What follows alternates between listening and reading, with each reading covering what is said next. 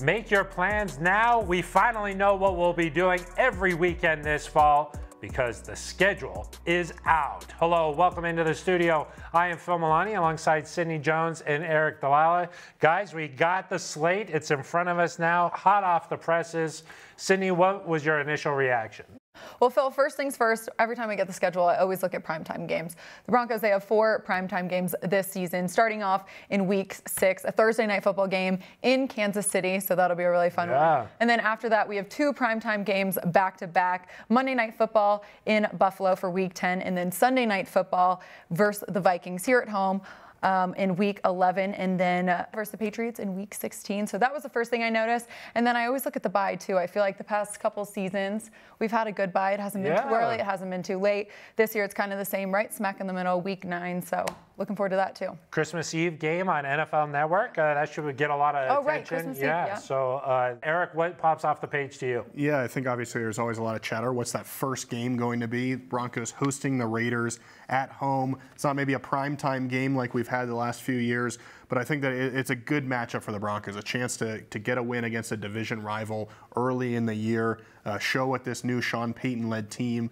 is all about. So that stands out to me. And then, of course, a 3-game road trip there in December. The Broncos have not played 3 consecutive games on the road since 2017. That's always a challenge no matter who you're playing, right? And in this situation, you're playing the Chargers, a playoff team last year, the Detroit Lions, who are kind of an up-and-coming team. Everybody's talking about them. And, you don't want to discount Houston with potentially C.J. Stroud in there either. So that's going to be a difficult stretch for the Broncos. And if they can survive that challenge, I like the way the rest of it sets up. Yeah, I know that schedule makers try to avoid 3 consecutive road games, but must not have been possible for the Broncos. And yeah, of course, that Raiders game, so important for this Broncos team to get off to a hot start. Nice that back-to-back home games to open the season for the Broncos.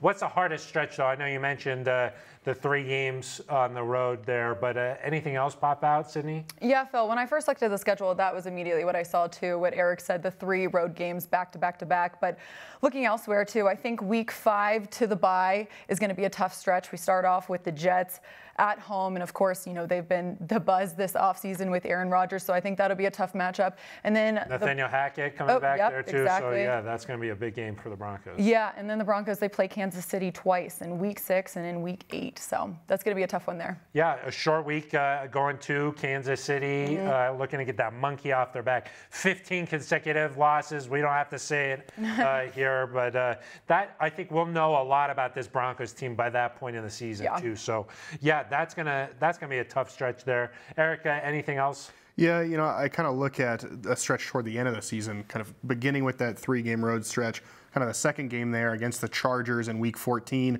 Then you go to Detroit, you play the Patriots in a primetime game. We don't know exactly what the Patriots are going to look like this year, but then you play the Chargers again. And listen, if the Chiefs are as good as we think they always are, they're probably going to be right up there for the division.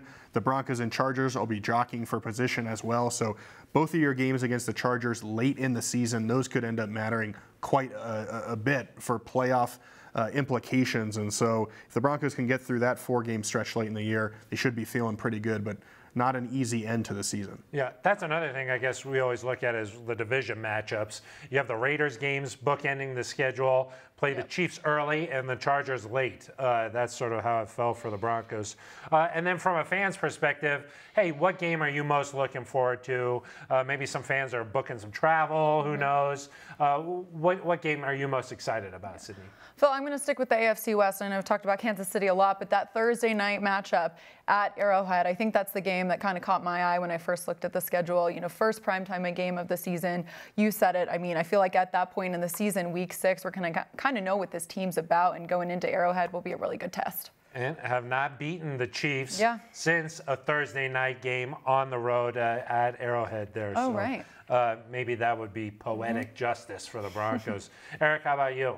Yeah, Phil, I think sticking with primetime at Buffalo in Week 10, it's cool to play in Buffalo. They got great fans, great stadium, one of the best teams in the AFC, so a great challenge. But good wings. Good wings. Good wings. But the chance to be reunited with Von Miller and potentially play against him for the first time, it'll be weird, a little bit sad, I think, kind of mixed emotions there, but we hope Von Miller is back from his injury by that point. And it would be cool to see him. He's an emotional guy. See him go against this Broncos team. And Broncos coming off of a bye there, Yep. so maybe a measuring stick game. I think those are two good choices.